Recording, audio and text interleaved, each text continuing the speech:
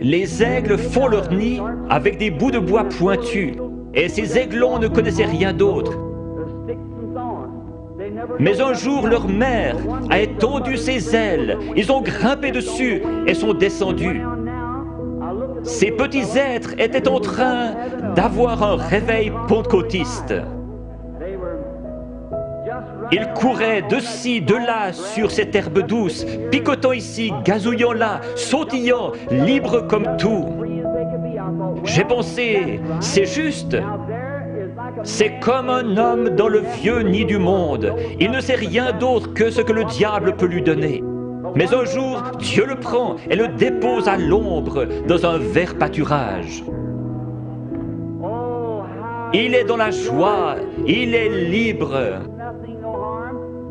J'ai pensé, pourquoi ces petits êtres n'ont-ils pas peur? Il y a des coyotes dans les environs. Mais de temps en temps, ils regardaient en haut. Leur vieille maman les surveillait. J'ai pensé, que Dieu soit loué. Il m'a sorti du nid du monde. Il a escaladé les remparts de la gloire, s'est assis sur la hauteur, surveillant son héritage, pour s'assurer qu'aucun mal ne lui arrive. J'ai pensé que si un coyote venait à se diriger vers l'un de ses aiglons, elle le tuerait. Si Satan s'en prend à un croyant, il se retrouve avec Jésus-Christ sur les bras. Elle s'était perchée sur le plus haut rocher qu'elle ait trouvé. Sa belle tête majestueuse regardant tout autour, ses yeux d'aigle perçants lui permettaient de voir partout. Au bout d'un moment, à travers mes jumelles, je l'ai vue lever la tête et humer l'air. J'ai pensé, qu'est-ce que c'est?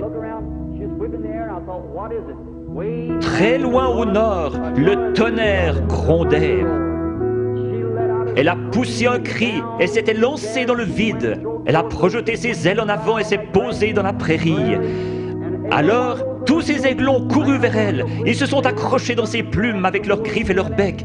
Et elle s'est envolée avec les petits aigles sur ses ailes, fonçant droit dans ce vent qui soufflait à environ 80 km à l'heure, pour aller se poser dans une fissure de rocher. J'ai pleuré comme un bébé. J'ai pensé, un jour, quand ceci sera terminé, il viendra de la gloire et tendra ses grandes ailes puissantes, et les petits aigles s'y accrocheront et s'envoleront dans la gloire avec lui.